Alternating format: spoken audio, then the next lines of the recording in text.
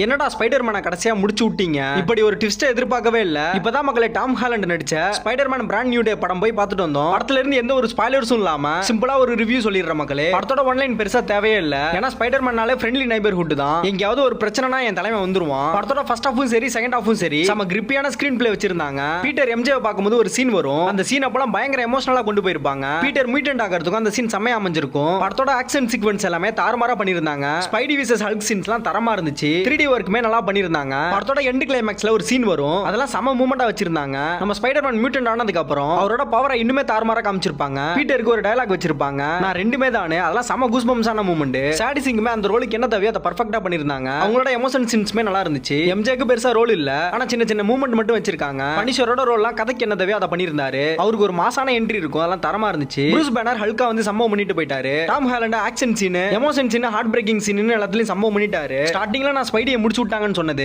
அவர் death ஆனதுக்கு இல்ல. Post credit scene பாக்கும்போது உங்களுக்கே தெரியும். என்னோட ரேட்டிங்க கமெண்ட்ல பின் பண்ணி வைக்கிறேன். நீங்க படம் பார்த்திருந்தீங்கன்னா எப்படி இருந்துச்சுன்னு கமெண்ட்ல சொல்லுங்க மக்களே. வீடியோ பிடிச்சிருந்தா லைக் பண்ணிடுங்க. மீண்டும் சந்திப்போம்.